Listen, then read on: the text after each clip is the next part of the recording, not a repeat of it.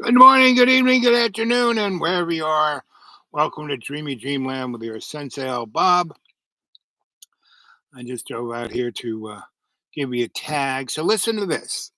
Adam Serwer. Julia, give us the big picture here. How do the protests, the travel ban, and the Abrego Garcia case all fit together right now?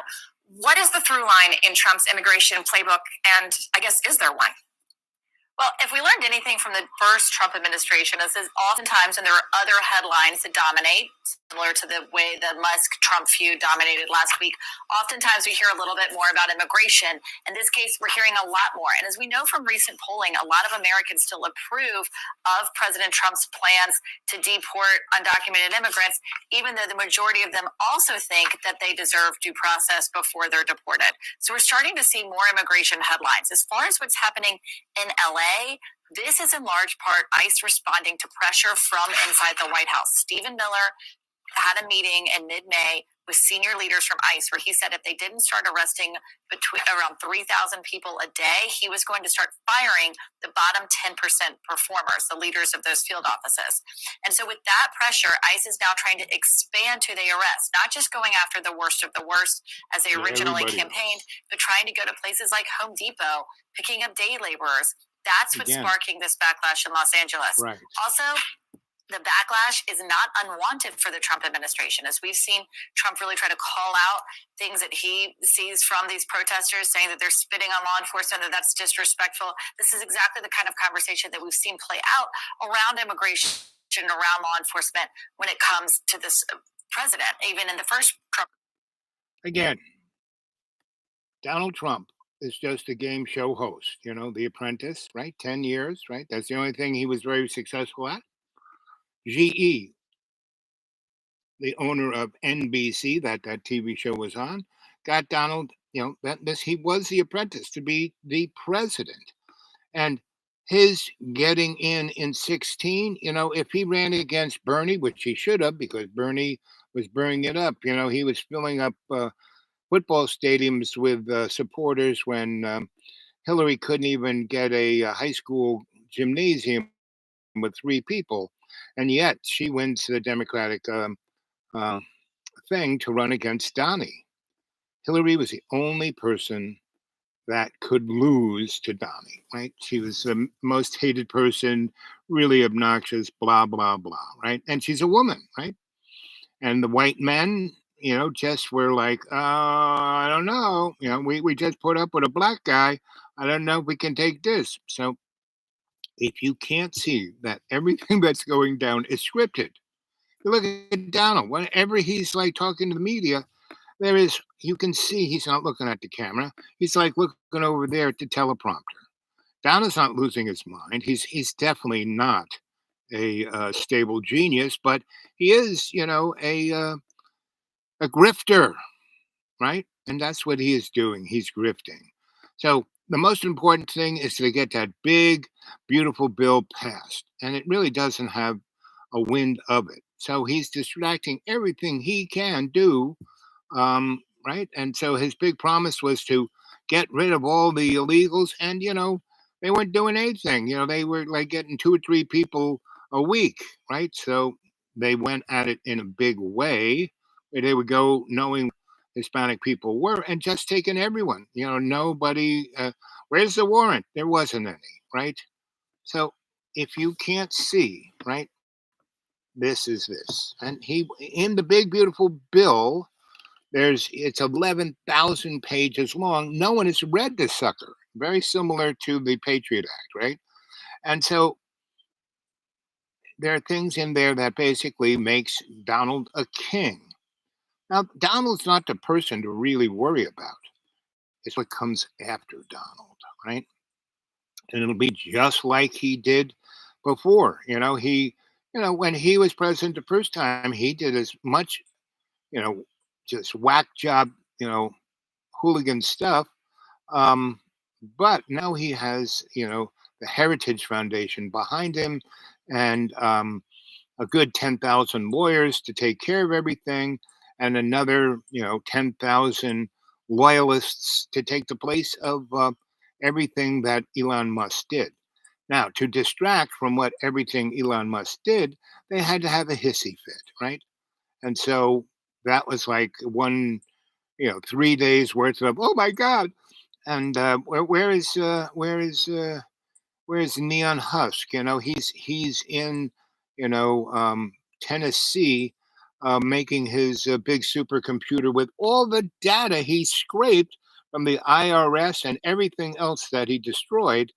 And we are just go watch the TV series that was on CBS called Person of Interest, and it lasted 5 years, but it had a big following. But CBS canceled it.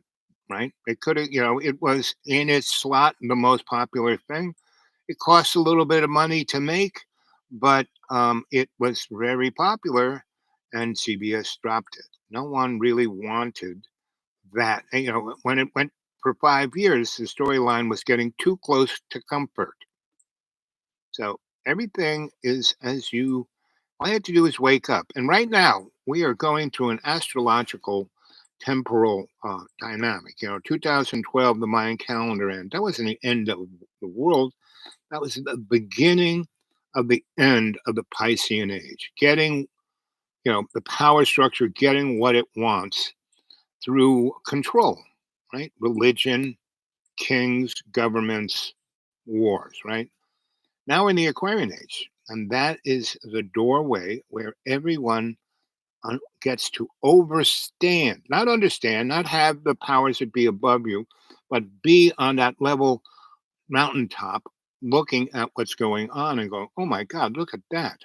And that's what's going on right now, right in front of our faces, what's going on, right? And, they want to bring in the Marines.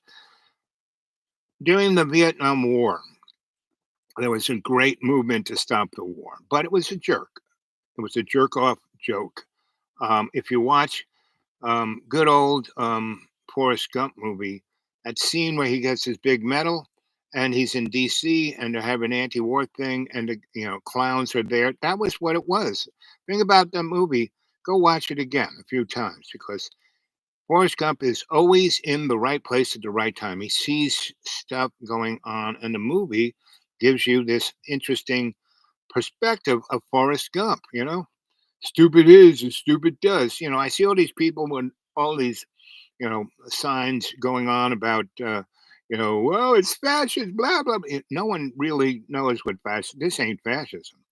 This is a game show host who is stupid is as stupid does. That's why he's hired. He got himself a bunch of chuckleheads in his cabinet, and the people who he's put in charge of, the lady, running the education department, the guy who ran the energy department, who didn't even know that the energy department was the guys who took care of the nuclear weapons. I mean, it just goes on and on and on. Just go watch some CNN of all of those people being interviewed by the senators, right? And the Republicans are trying to, you know, the girl who's supposed to be in charge of education, she couldn't even add, She says, well, we're wasting $1 trillion in the education. And the guy said, well, our budget is, this million and this million and this million and this 100 million and this 100 million. And you put them together, it's $1 trillion. The girl goes, no, it's $12 billion. So what's going on in California is very interesting. In the first Trump presidency, when the National Guard was called in around the time that he walked from the White House over to the church with that Bible, the time he called in the Federal Protective Service to protect buildings in Portland, Oregon during protests there are often ways that they can use these protests to talk about their law enforcement tactics in a way that can be beneficial to them. As far as Abrego Garcia, that actually came from an indictment from a grand jury in the middle of District of Tennessee. Those are the charges that they're bringing him back on. That indictment came out May 21st. We only heard about it on Friday. And so there could be a little bit of cherry picking as to what news items they decide to put out in front of us. Same thing with the travel ban. They were given 90 days to come up with countries that they thought weren't complying with vetting. They came up with those 12, but it was far after the 90 days. That would have been April 20th. Instead, we just heard about this again last week. So a lot of kind of what they would call red meat for the base, but really ways that the Trump administration can begin these conversations about how they can be pitted against Democratic mayors and governors when it comes to issues like immigration and law enforcement in the midst of protests. And it's something we might see more, especially as ICE raids continue to ramp up. Last week, they made more arrests than any other week they've done during this presidency. And we could see more cities have backlash and protests around the country. And he's going to basically force martial law, And so, as I was saying, the Vietnam War, there was millions of people demonstrating, right? And Nixon's a president, um, and every college, was having the kids, and they were going on, and at that time, I was at the, you know,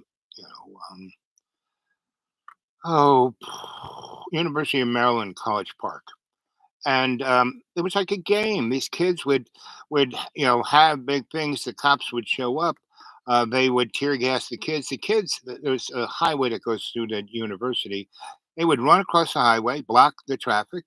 The cops would go tear gas the highway. The poor people in the car who couldn't go anywhere, it's like getting asphyxiated. Kids would run down to the other highway and block that, and then the cops would do the same. And then they'd go down to the other end of the college, and they would tear gas that. And kids would just run back up the hill. The wind was blowing the other way. The cops and everybody else is getting tear gas. It was like, one of those, our gang comedy skits, right? So uh, basically, I remember being with my girlfriend in Maine in her parents' house, and we're sitting on the carpet in front of the TV during the Chicago convention, right? And you know, John Kennedy had been assassinated, and Martin Luther King had been assassinated, and the country was just in trauma and chaos.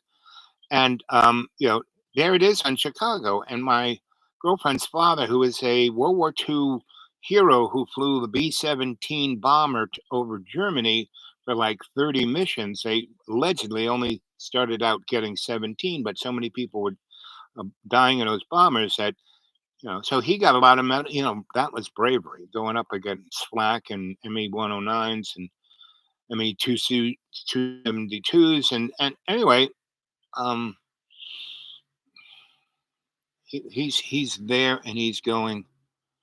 I fought the Nazis during World War II. I saw such great death and destruction, and I came home to go back to Maine, my little town, and he met a woman in England, and he brought her back, and that was the mother of my girlfriend. So my girlfriend was hero material of her dad, and truly amazing intellect of her mom, and her two sisters were the same, and I was there. The guy realized that I could fix anything, so he owned everything. He owned a general store. He owned the ice house. He owned the marina, and so I, went around and fixed everything he needed electrically.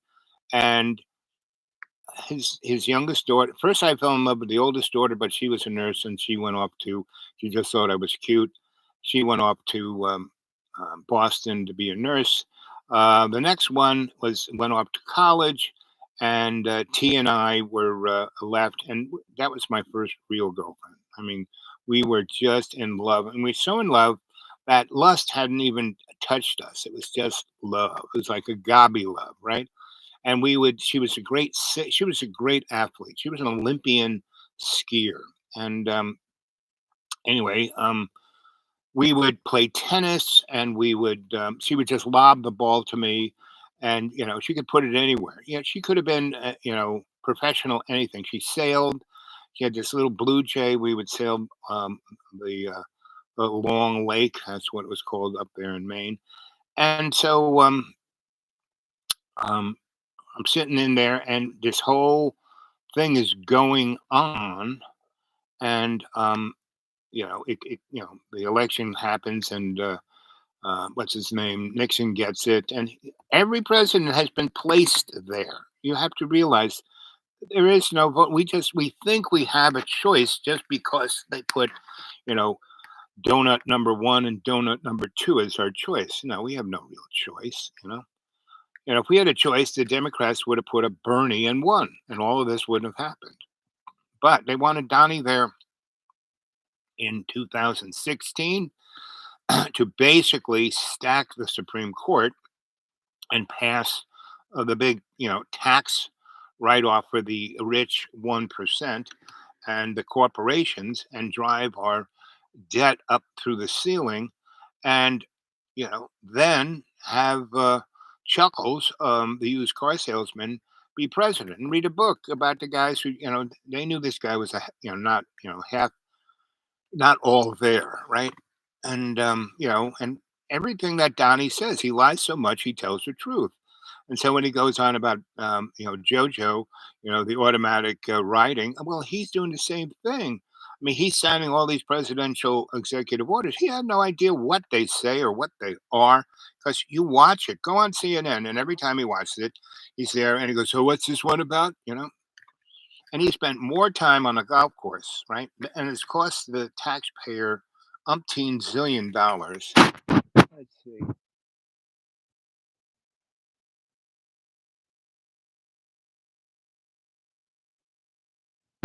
It's like 6, 7 here, so it must be midnight there. So anyway, all of this stuff is basically scripted. The war in Ukraine is scripted, so we will have a conflict in all of Europe.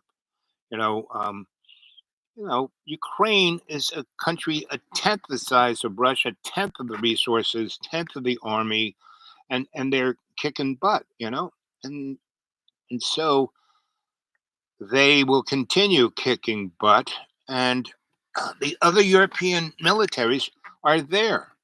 The French are there, the English are there, the Polish are definitely there, and they are getting ready for a all European war, because the EU, back when '08 happened, EU had a much larger GDP than we did. Well, that makes sense. I mean, we have 210 million people or such, and they had like almost 400 million people in the EU, right? Had a lot of resources, had a lot of manufacturing, and so their GDP was bigger than ours.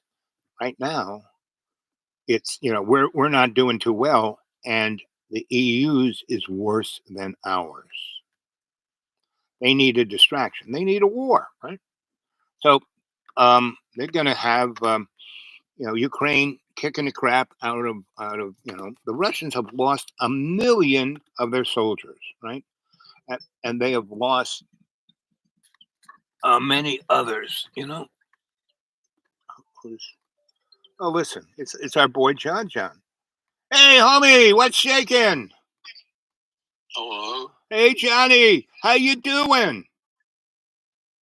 Okay. What do you think of world events? What do you think that what's going on in LA? What's going on there? Oh, we're basically under martial law. What do you mean? Well, go on. You got the super duper internet. Go take a look at what's going on. Go look at MSNBC. Go look at Fox. Go look at all those guys. And Los Angeles. Yep. I'm typing it. Right. I wrote it in. I'm looking at the California Governor Newsom sues as Trump defends deploying LA protests. Yes, really big protests. What is it? Well, ICE is taking away, just anybody off the street, because Donnie has, they haven't been able to gather enough illegal aliens, so they're just picking up anybody. And the people in California, who are mostly Hispanic, are rebelling against this, and they are doing, they are exercising their First Amendment rights. And is saying that it's like a civil war. So he sent in the army, and Oh, that's weird. the army hasn't been sent in, been used for at least 60 years, right? It's one of our things is we like our founding fathers didn't even have an army because they didn't want their country to be taken over by the army. That's why they gave the power of Are you okay? Am I okay? Yeah, I'm out in the woods. I'm doing fine. Okay, good. Right. I'm actually doing very good. No. So. Oh, okay. So what if it's not really that big of a problem Well, Donald Trump is basically, if you haven't been noticing, he has been breaking every norm there is in our governmental system. I mean, he's basically taken 200,000 people who have worked, in the government's, um, you know, basic. Our government has. Why would he be? I thought he was doing okay, but this is weird. No, he's not. He has been hired. No. Donald Trump is a. No. He is. What did he do for 10 years? He was a game show host called The Apprentice. That's the only thing he ever really succeeded at. He is basically a husker. He's a guy who takes advantage and makes money out of chaos, and he's doing a great job. I thought he was doing. Oh, okay. I mean, he's doing a great job making money for himself. He got the golden, airplane for $400 million. He's gotten people to buy his, his bitcoins. He's made a few $1 billion at that. He's made all kinds of golden airplane. Yeah. The Arabs gave him a golden 747. And presidents aren't supposed to, well, all politicians aren't supposed to receive gifts. Of course, they do. And so this is what we're seeing right in front of ourselves. So Donald Trump, he is just breaking things, just like Elon Musk went in there. And like Elon Musk got rid of NOAA, which are the guys who basically, tell us when the hurricanes are coming and when the tornadoes coming. And he broke it so bad that there were a number of tornadoes in places like Ohio and and Oklahoma and Kansas, and many people died because the weather people didn't have the information to give the warning to the people. Like that was 2 weeks ago. There were lots of really super bad tornadoes out there in Tornado Alley, and a lot of people died. LA protests? Yeah, LA protests. And you're going to see this blow up and be in New York, Chicago, Miami, Houston. Yes, it's going to be the same thing. And they will enable martial law, meaning there will be no jurisprudence. They'll just go pick people up that they want. No. Yep. And then everyone will get all upset about it, and they'll have the big elections in 26, and I would say that he will have martial law, so we won't have an election, and people will really freak out then, and so we will then have the forced election in 2028. And the thing is about Donnie is just a game show host. You shouldn't be scared of Donnie. He actually tells you what he's going to do. It's truly amazing. What he's been sent to do is to break things. So the next person who becomes president, that's the person to worry about. And the next person will be Hillary Clinton or someone like her, a liberal, a progressive. And everyone's, oh, look, even though, Jojo, the used car salesman, was brain dead, things were pretty good. You're a lot better than Donnie. And so it's going to be very interesting. And we're about to have nuclear war in the Mideast with Iran and Israel. About I would say somewhere between 10 million and a billion people will be dead Oh, because of um, war and famine and disease. And those things will no, spread around the no, world. And there will be no, nothing on the no. supermarket cabinets, Walmart's, Target, Amazon will all go bankrupt and be no more. You will not be able to get your stuff delivered to you by maybe August. That stuff won't exist anymore. Oh, what is it? The tribulation? No, no, no. This has happened No. before, hundreds of times. No, no, tribulation, not even close. Jesus said there's wars and rumors of wars, and end times. There is no real, time. Only God knows the real time. And so Oh, that's. this is scary. This stuff with the Los But Angeles. John Boy, Or is it California? yeah, Or is it where? California, yes, California, and they're going to go arrest the governor and the mayor of L.A. And that's they're going to crack down on California because California is the biggest, richest state, most bluest state in the union. So they're just going to shut it down, which will really kill the economy. California itself has the seventh largest economy in the world. Most of America's economy comes out of LA. If they shut Oh, it down, America's economy is really going to be in the toilet. So this ain't nothing compared to the Great Depression in 29. This is nothing compared to what happened between 69 and 88. This is nothing, you know. oh no. But it's going to look Okay. pretty scary, on the TV tube. So better not watch anything. Just keep making your videos. And What happened in '88?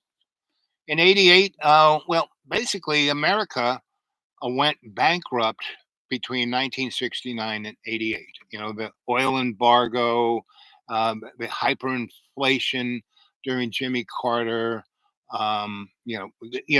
basically Richard Nixon getting deposed. Let's see what else. All the 20-year wars of 9/11. Going into Iraq when there was no real reason to go in Iraq. We killed 6 million people. We lost close to 15,000 ourselves. It cost us close to $6 trillion just Iraq. That's why we're bankrupt. But all the corporations of the military-industrial complex made a lot of money, lots of money. So that's the story. Um, but it's again nothing different than what it's always been. You think maybe there's some way with all that weird stuff going on, that like all the weird stuff happening? Do you think maybe there's some way, like you or me, like maybe I could like get like really famous for some reason, like they watch my videos or something, and it gets like really big, and I get to be president? Oh well, nothing is beyond a belief. If Donald Trump can be president, you could be president. Okay, And you could make me your number one advisor. okay, or one of the advisors. No, no, the 'Cause that's number big the number stuff. the Yeah, number I have one to, the I have number to be one. peaceful. You make me Secretary of State. That's what it is. We'd have to be peaceful. Secretary of State. Yeah, yeah, Secretary of State. You make me Secretary of State, Secretary of Defense, and Secretary of the Treasury, and that we could fix everything. No, But in reality, no, John, no. the best thing that you and I can do is pray to God. Yeah, and go to the liquor store. And go to the liquor. No, I would say don't go to the liquor store. Go to the liquor store quick. No, better to be sober for all of this, right? So, but it's like I said, this is no worse than anything that has recently happened. No worse than World War II, no worse than World War One. We got through all of that. No worse than the Civil War in the 1860s. We got through that. And all of those things were just like this. They were all scripted to get us closer and closer to the world that the powers that aren't known to be done. Now, you have to realize, John, all of this is a cartoon show. You know, this is like Scooby Doo. Yep. And so the real deal is what's important with your spirit, your soul, your connection to God's unconditional love and Jesus's unconditional forgiveness. Right now, in 2012 was the end of the Mayan calendar. And that's all it was. Everyone was, oh, it's the end of times. No, it wasn't. It was the end of the Mayan calendar.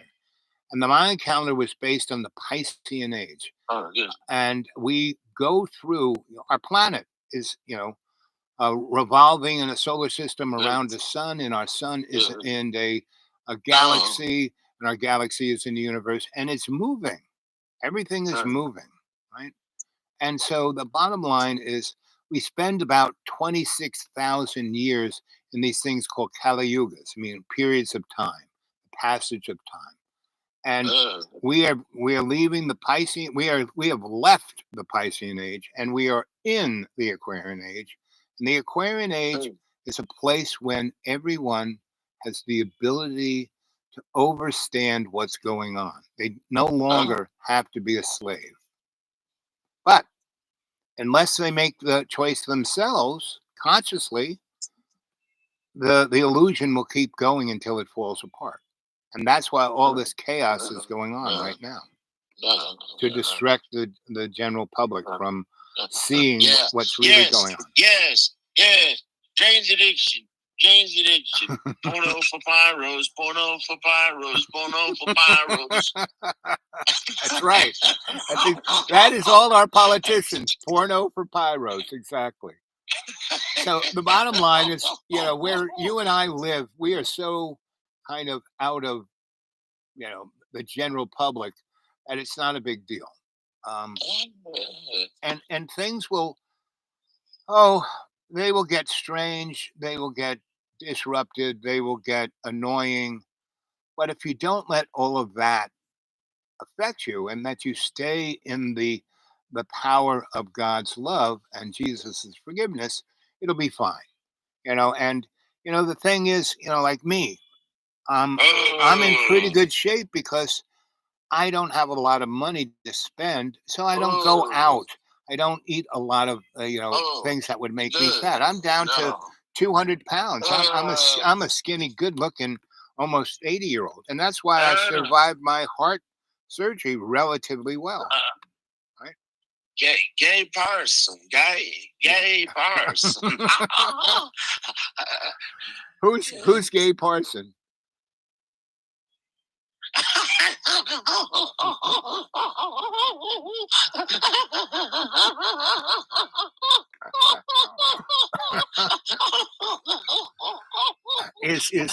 Is Mishka Gay Parson? I saw your video of you walking from the school down to the art gallery. Say no to the pretty much say no to everything. Say no to everything except God's unconditional love. That's the one thing that you have to say yes to. God's unconditional love, right? To serve God's unconditional love under agape love, right? To be there for to be there for Jesus's unconditional forgiveness. John, every time I have an issue or a problem or something that just annoys me, I say, Jesus, God, help me out here. I am really have no idea. I have no idea. I have no idea. Help me out. It sounds like when there's a national crisis or something like that, you're empowered, like you know how to survive in those kinds of things or something. Pretty much. Yep. Been there, like done you know how to how to like when there was those floods, Right. like you knew how to help people Yes, and exactly. how to live and be okay Yep, and those kinds of and things. motivate other Those kinds people of to do their things. best, right? I didn't do it all. You know, I did my one little percent, but it was Maybe you can meet a wife. well, I keep, you know, I don't need a wife. A wife is to have babies. I'm a little past having babies, you know. I had 128 godchildren that I took care of for 20 years, and they all turned out really well. And that's, you know, No, more than most people do. So, no. so that's, you know, I don't need. I can be kind and supportive to everybody who comes my way.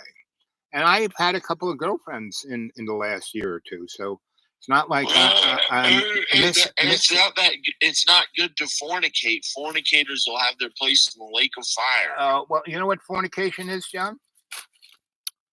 It's not sex. Yes, it's sexual. No, no, It's no, no. gross. Fornication is basically I know. what is the first commandment? Oh, What is the first commandment of the 10?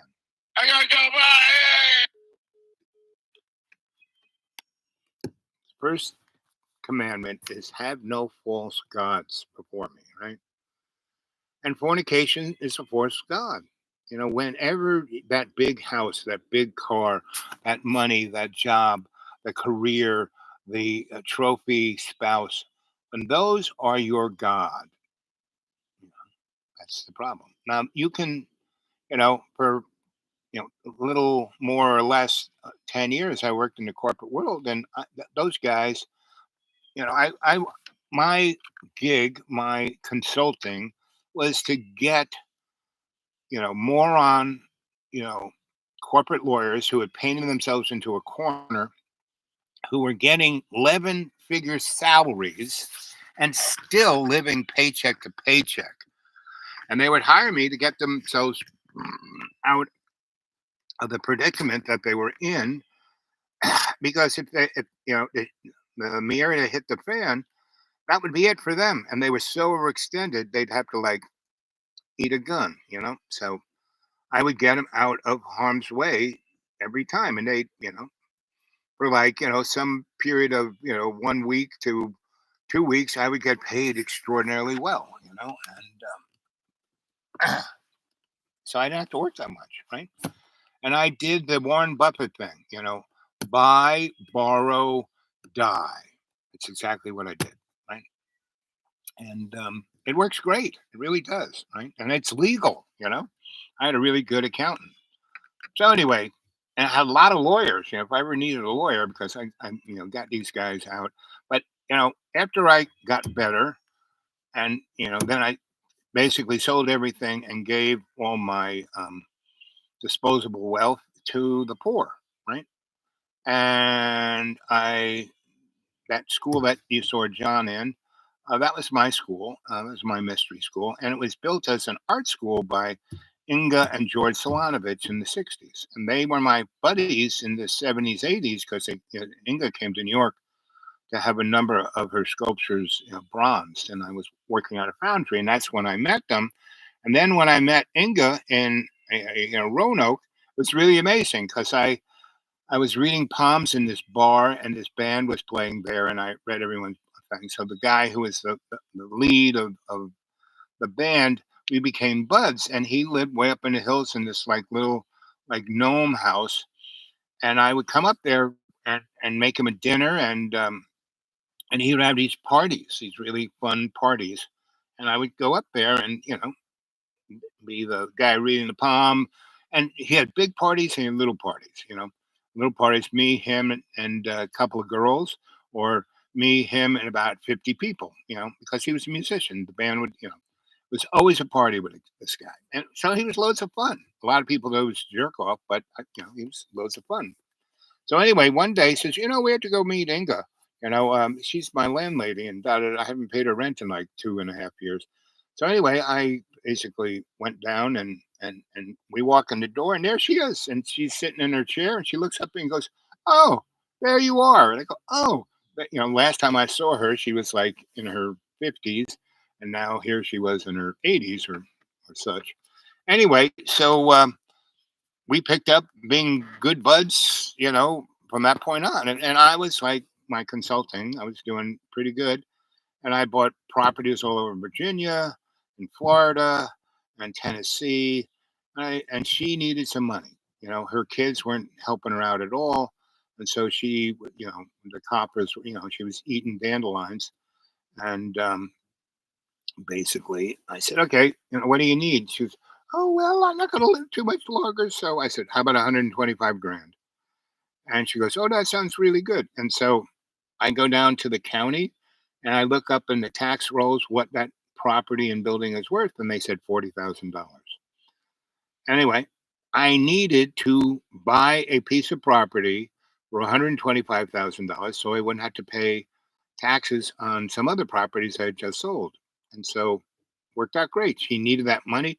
And her son in law, who's a great guy, his wife, Inga's daughter, she was okay, but a bit of an alcoholic. And she had these great parents who were just, I mean, they were nuts, but your average kid would love to have these parents because they lived up in this like castle on top of a mountain, and she had to, the bus couldn't get up to her, so she rode her pony to school. What girl wouldn't want to ride a pony to school? And she felt like it made her seem like she was poor or something, and all the other girls were envious. Anyway, she never quite got over that one, and so when it came time for the sale, her husband, who, like I said, was a nice guy, but he came from the wrong side of the track. She married him because she could always manipulate him, and she was very good at business, and so was he. So they actually did pretty good.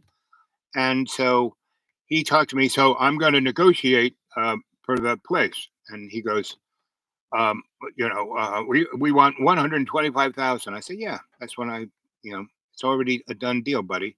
What do you mean? I said, well, she has a lawyer. I have a lawyer. They all talk to each other. I already gave the money to, put it in escrow, and it's waiting. We're gonna sign the contract in 2 weeks. He goes, what?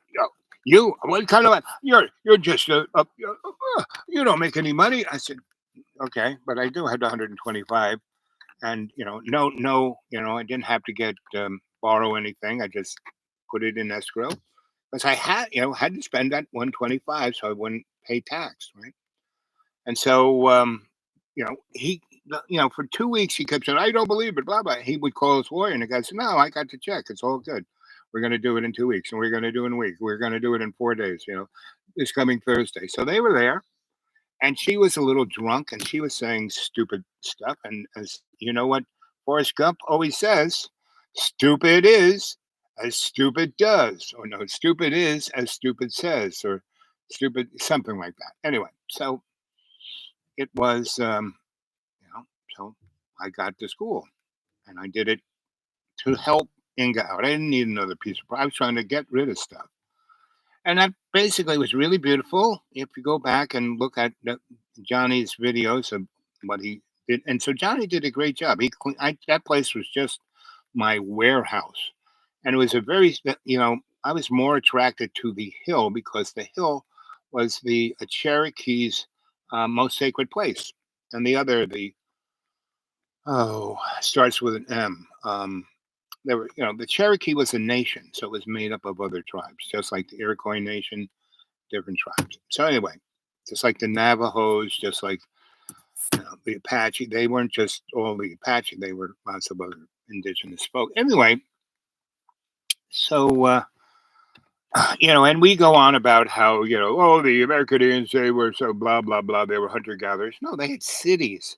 When Christopher Columbus came to basically what is now Haiti, it was Hispaniola. Um, there were 6 million people there in a big city of gold, right? And he said, "Oh wow, everything's gold." And he grabbed a few of those people and he took them back to the Spaniard and said, "Boy, this is really going to be good," because they had sugar, they had corn, they had tobacco, they had a lot of things that the Europeans didn't have, and the Spanish became wealthy beyond their dreams. Not because they went and got gold, which they did; they got a lot of gold from all the indigenous people and going, but they mostly made money out of sugar for rum. Anyway, if you ever read the series of books like Captain and Commander or something like that, they made a movie of it with Russell Crowe. But there's a series of books that really tells the story of the imperial countries between oh you know 14 something 14 let's say 1492 to 1720, right? And it's a really good series of books, and it really gives you really great if you want to know what it was like to be a seaman in those days, and the wars that they had on the seas. The Spanish had the best navies, built the best ships, not the best sailors, not the best captains. They had pretty good sailors, but not the best captains. They were kind of corrupt. English they were just pirates, right? And so they won a great deal of battles and took the booty, right? And that was what it was all about. So same as it always was. Here we are in the same situation, right? So anyway, I had that school, and up on the hill there was this, and I took John. I made this. I had my mystery school up there. I had, between with each class, I had between 10 and 40 people who would come, um, to learn shamanic, psychosocial, cultural, forensic, anthropologic alchemy. Right, that's what I taught. That was my mystery school. Right, and so, and I took a little flavor from everybody. Right, and so I was a non-discriminating theologian. You know, a itinerant scholar of agape love. So, and that's what I still am. Right? Now I do it here on the old internet, and that's all right. It seems to work out better. Right now, astrologically, things are over. Just stuff going on. Just look at all the stuff going on. It's being motivated by what's going on in the stars above. And as Shakespeare said, it's not in the stars. When it's in our fate is not in the stars. It's in the actions we do. You know, I think Mark Antony said that to whoever whacked Caesar. But anyway, it's it's a great, interesting time to live. And the biggest curse you can say in Chinese is "May you live in interesting times," and that's what we are doing. So go see the H.G. Wells movie made in 1928 called "Things to Come." And he pegged it exactly where we are. And at the end of the movie, um, you know, humanity has like got into the Star Trek Federation. That's where Gene Roddenberry got it from watching that movie.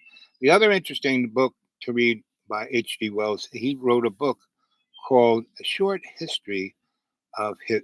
No, a short story of history. Right? It's like 12,000 pages long, and he wrote it and published it in 25 maybe. It was the most read book on the world in the 20th century. And you've never heard of it, but it's out there. You can go get it. And he really, because he was a historian, yeah, he wrote about the invisible man and the time machine and all of that. But that was, he knocked those suckers off on the toilet over the weekend. He just wrote those things to make money. The thing that made him the most money was that book, the short thing of history. So if you go on, the internet and look up H.G. Wells books, I'm not quite getting the name of it, but it's like the short text of history or whatever. Go look at that. And what's nice about Wikipedia and also looking at books like guys like he wrote. Yeah, to get the book you want it, you can buy it online for like somewhere between, depending on how many are out there, $2 to like thousands of dollars. But they usually have a good portion of those books that you can read right online, right? Just to get to, oh yeah, this is a good book, right? So, and a lot of those books you can read the whole thing, right? But that movie, which is on YouTube, it's called Things to Come, right? H.G. Wells movie, and it's like I said, and it just hit it out of the park. And so that's, you want to see what's going to happen. People, oh, you're a soothsayer. Oh, you can no, no. What I am is very observant. I was trained to be a psychosocial cultural forensic anthropologist. A guy, you know, a itinerant scholar who gets hired to go and investigate stuff that academics couldn't because they're stuck to the book. They read the textbook and just parrot it back in whatever they write, and they, make sure they get it right on the HML type, and basically, say this is where I got this, is where I got this, is where I got this, and they have no real ideas, but because they've parroted everybody else, they get a nice little pat on the head. Good academic, yeah, you can teach, and you know, and they get known for writing that book about the stuff that other people wrote books about, right? No new ideas, right? And every time, so I would, you know, not publish these papers. I would write these, you give me assignment, I go take a look at stuff. They gave me money to go and do this stuff. I forget what it's called. Whenever you're working for somebody and they give you like $500 every week, not your salary, that's like to pay for the gas and the motel room and lunch and that stuff. I forget what it's. There's a name for that. Anyway, I would get that, and I would get a chunk of change to start the project, right? And I'd put that in my checking account, and I would at the end, when I put it all together, and they accepted it and said, "Good job," they would give me the other half. And then usually how I put it together was that they would then take that and put together a concept of doing research in the academic form that could get, grant money and political backing and all that kind of stuff. And whenever that happened, I would get hired again to be a consultant on helping them figure out the motif of the process, right? I'm a good strategist. And so, anyway, I had a nice, from 1988 to 2006 that's when I was the itinerant scholar. And I worked for lots of different people.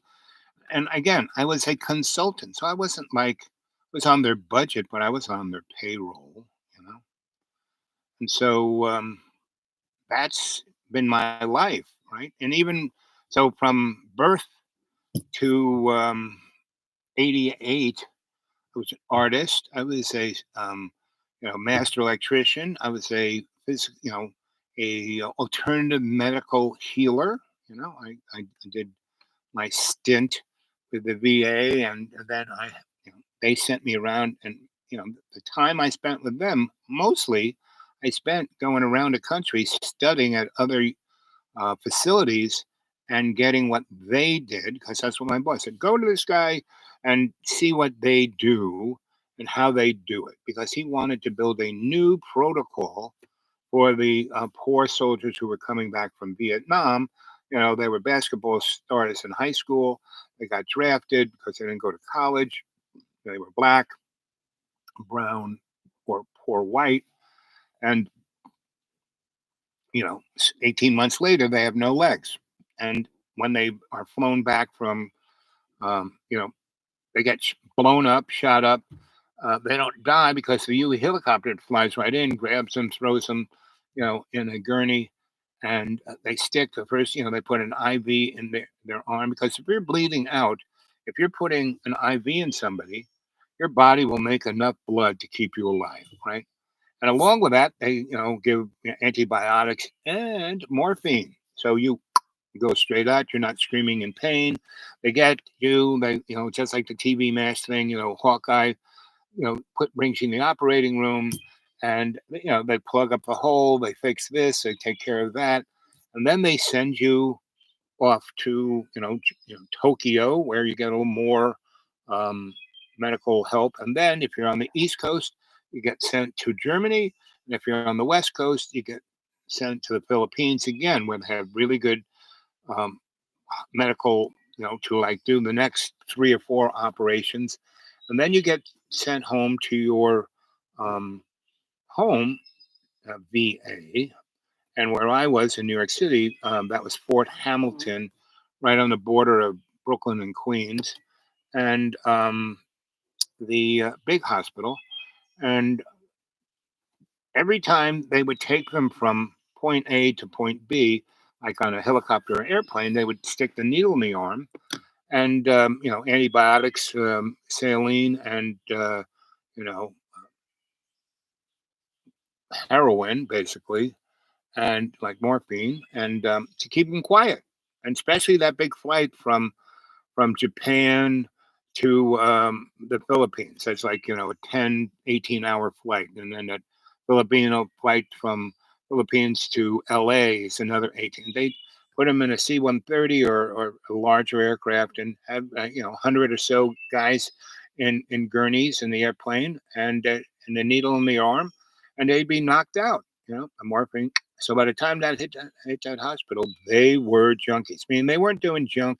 I mean, a lot of people were doing junk in country, but majority of people who came back from Vietnam who were addicted that way. And my boss, who ran the facility, he wanted a new process, and so no one. There were a lot of great nurses and doctors, but they were all military people. They all did it by the book, right? And when I showed up there, because when my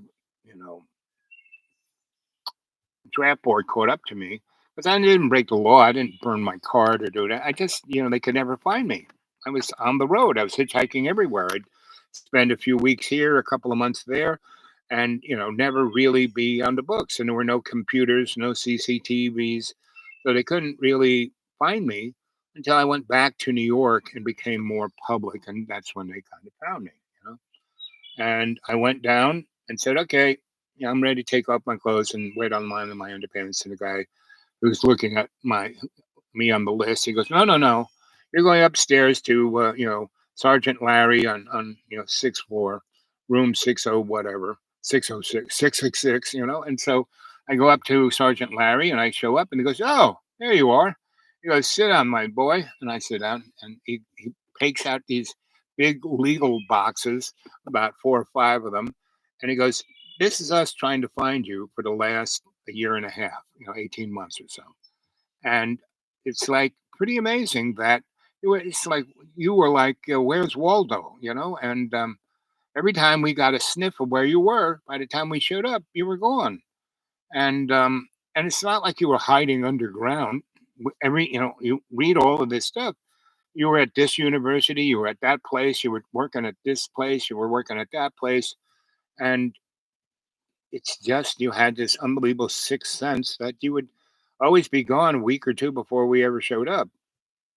And it cost a lot of money trying to find you.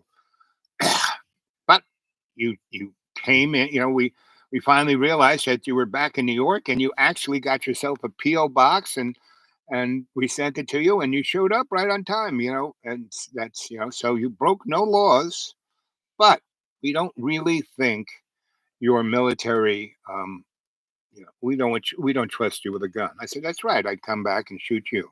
And he laughed. He goes, that's what I mean. You're not really army material, right? And so you're overqualified. And I said, okay, so what's next? And he goes, we're offering you to be a conscientious objector, and we want you to go work for Vista, and you'll do that. You'll serve the government. If you were drafted, you get 2 years. Like 8 months of basic training, and then in the meat grinder, and then if you survived it, you would get out. Right? This you could be there 6 years. And I said, fine, sounds great to me. Help people, yeah, that's what I like doing. So they did. They first sent me, to Vista, and Vista actually had nothing for me to do. So I just stayed, and they, just stay in New York, and Do you have a phone number?" But I said, "No, I got this new thing called a beeper."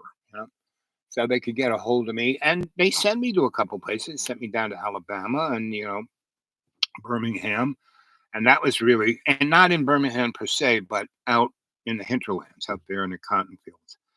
And there was a little school there, and I just started teaching kids how to read and write and do math and get their school. They had two really good teachers and got them to step up and it was really good and we were doing too good of a job. And so my supervisor said, "Okay, you're done here. We're going to send you to a parish near New Orleans," right? And went there, and that was interesting. And I didn't last too long there either. And so they sent me back to New York and they put me in Fort Hamilton. And I was just a bedpan guy. And when I showed up, I had a friend of mine that I've always had friends that, "Why do you like that guy? He's a jerk, blah, blah, blah." No, he just amazingly strange and fun and great. I knew to stay 10 feet away from him at all times because I knew someone was going to shoot them and I didn't want to be in harm's way. And I would lend them money, but just $5. And if they didn't pay back the $5, they wouldn't get another $5, right? And they were hungry. Maybe I'd buy them a hot dog. That was about it. Or I'd put them to work. I'm doing this electric job. I need a helper. So I mean, that's where I first started. But most of those guys were really rich. They didn't need the $5 or the hot dog. They were always taking me out to dinner. And they were always way older than me. And people, "Artie," like Houston Haynes. He was one of the first marble men, and he came from a Dutch family that had a background like they were some of the first slavers. They owned most of New York. They basically took. They were the um, robber barons. The Gilded Age, and so they had a lot of real estate in New York. So he didn't ever have to work. He had properties. All I mean, one of the things that got me into Soho was him. Is because his parents kind of had a car crash, and his three brothers and sisters, well, they had each had trusts, and they had a bunch of real estate that was like their parents owned outright, and they split it all up between them. So each of those kids got like 5 to 20 buildings in New York City, and they also helped. I think it was Sylvan Moran, one of the larger, older real estate companies. They started, and then in the days of the Roaring Twenties, they kind of sold stock and they made a lot of money. And so they didn't own those properties outright. They were major owners of that company. So they majorly, but all of that real estate stayed in that company, which was good, because those guys were, adults and responsible business people. But these other kids, not so much. So Houston had a couple buildings in Soho, way, way, way, way, way before Soho was Soho. Right before the art, there were artists living there, but just a handful. And the only one who really got it was Andy Warhol. He bought a building on Union Square, and he put a sign right on it. It said "The Factory," and that's because it was a commercial factory building, and he was living in it. He was like making movie. He was doing everything in the universe in that place, and because it said factory on the outside, the building inspectors would go, "Oh, it's a factory. Well, it's a factory building, so it's a factory." So they never broke his jobs. But the other artists, the cars are zipping around on the roads here, because the other roads are all funked up. Anyway, so I'm just looking at which way they're coming. So anyway, um, um, so I got all of this great education on how to deal with the powers that be and everything. And I saw how people who I went to school with the richest people in the world: Eddie Merrill, Ricky Lynch, Alex Orb, U.S. Steel. Um, let's see, Perry Dye, that was Seagram's. U Hinman, that was the biggest paper company in Canada, um, and a whole bunch of other, the Shah of Iran's son, and Joe Kennedy. So I got to meet Robert Kennedy when he was a senator, and all the kids, and I met you know John the Third, who's now head of our health and education and welfare. That guy, and he was as whack job then as he is now, and so because it was always about look at me. They had like 10 kids, and Joe was like he just was happy to be a Kennedy because I used to read lots of books. I mean, still kind of do, but not like I did when I was younger. And because I had real access at these schools that had some serious access to books, and I mean, if you wanted a book, they get you any book you want, right? At these two different prep schools, and one was Vatican oriented, the other was like Presbyterians, the Rockefeller motif. So anyway, that was my education, from birth to high school, and then college. I went to a number of great universities, and then I went on my own and got an even better education. And when I came back, is when I started. You know, so I went to. You know, my draft board put me in Fort Hamilton, and I got sent all over the place. I studied with a Shinto priest in Vermont, in Putney, Vermont, and that's why Putney, Vermont now has so many alternative medical schools. It's because that priest brought a whole bunch of people in. So if you were to go, alternative medicine, Putney, Vermont, there's about 7 different schools there, right? And if you were to like look at their website, you would see in Sensei, I learned really how to be a powerful person, but invisible at the same time. Meaning he really spun that whole neck of the woods up because those forests were full of amazing herbs. And he hooked up with the old farmers who knew where everything was. And some lady, when she died, gave him this really beautiful farm. And that's what we started. And we built a hambu and a Japanese bathhouse and a few other. Hambu is like a big classroom, basically, right? And you learn everything. You learn martial arts, you learn meditation, you learn, you name it, right? That's where you learn. That's the Hambu, right? The home of knowledge. So, and he was sensei. He was Japanese. That means teacher, right? So, uh, let's see how much juice we got left. Yeah, we got about a good 10 minutes. An hour and 7 minutes the show's been on. There's 3 of you guys there. 3 thumbs up. How about, I know there's other people out there, so subscribe, thumbs up, comment. No, Jamie was the only one. No, no. Who's the other guy? Oh, Mr. Young.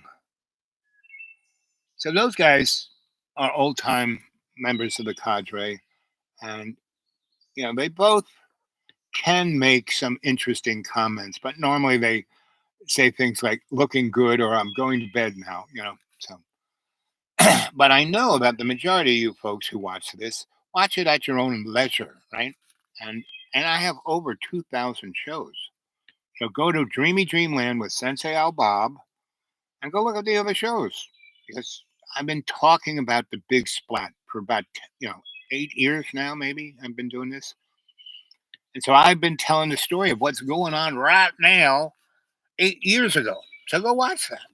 And there's lots of other stories. I mean, if you like the story of the old crone, I got lots of those stories up there. Stories of me roaming around doing fun things all over the world, right? Meeting Bigfoot, etc.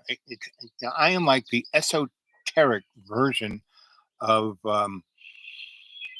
Forrest Gump, right? And in actuality, I am not that. I'm kind of that, but I'm not. I mean, that's what people see. But what I really am in the Forrest Gump movie, the movie starts, right? And there's like, you hear the background music and it starts with a crane shot and it's kind of up in the air.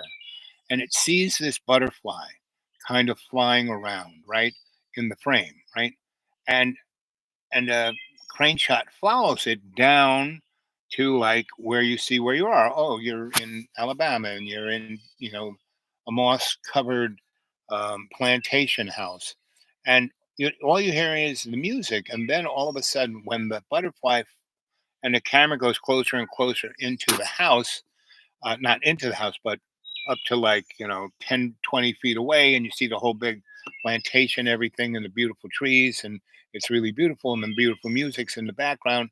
And then all of a sudden you hear a slap and then a cry. "Ah!" Right? And that's Forrest Gump. And then the camera goes in and the movie starts.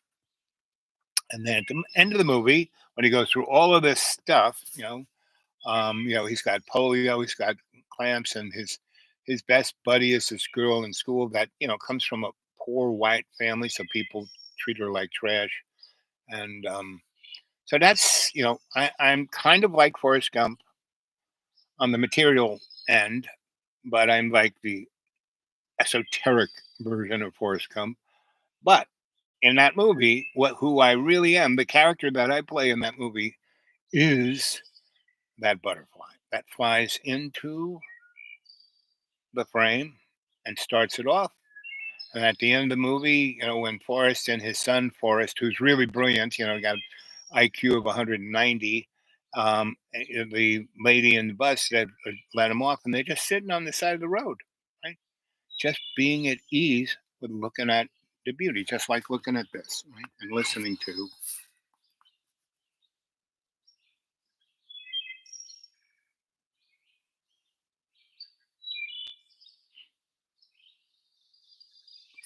And that's how the Forrest Gump movie ends. And then the camera, again, crane shot pulls back, and they're down there, and it's coming up there, and there's the tree where his sweetheart and the mother of Forrest is, and it goes up, up, and then again, it's the kind of they're down there in the sky and the beautiful, and then the butterfly flies in to it, and then the music starts again, and then it flies out. It goes into whatever credits run on. So anyway, that's this show today, and thanks for being here. 1 hour, 12 minutes, and 14 seconds. I'm going to wait till 1:12:12 to sign off. And I'll try and do another one tomorrow, to best of my ability. I love you all. So make some comments when you watch it again. And I'll catch you guys later.